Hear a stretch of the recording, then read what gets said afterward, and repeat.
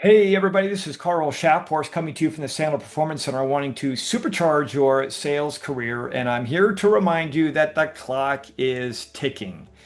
That's right, that second is gone, and so is that one, and so is that one. And guess what? You're not getting them back. All right. Yeah, it is ticking. And I tell you what, the choices you make on how you use the time that you have are critical. The truth is, you can't get more time, and you don't have any more time than anyone else. It is an equalizer. We all have the same amount of time. So this idea of choosing to do the right things with your time is a big issue if you are pursuing success. And here is a hack, an idea that I'm going to give you. Think of your time, think of your pay in your sales role as hourly. I know that you probably don't punch in the morning and then punch out in the evening and then you get paid for the hours that you work. You just show up and you start working, and your compensation is paid based on what you produce in new business. Now, but think about your time as hourly anyway.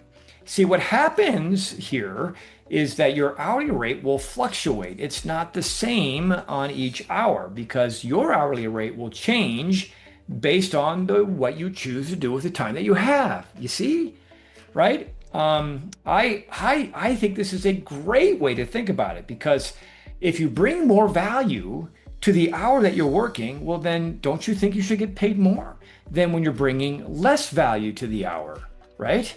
And who's the one that ultimately decides how much we get paid? Yeah, your customers, the marketplace, the amount of success that you're able to produce. That's what determines it. Perfect. That's exactly what we want. That's exactly how we want it, right? So, imagine this next hour that you're going to be working. You choose what you want to do. Then ask yourself, how much value am I really bringing? If all you're doing is checking email and working on some proposals and answering a few phone calls and here and there, I have a feeling the value there is going to be potentially a lot less by a magnitude. If you then rather chose to prospect, ask some good customers for some referrals, and do some pre-call preparation for a big meeting that you have coming up. Look, I think the hourly rate on the latter tasks is by a magnitude much higher because that absolutely does bring more value to you, to the organization, and even to the potential customers that you're reaching out to that ultimately might need what you have if they want to be successful. You see, we bring value, we get paid.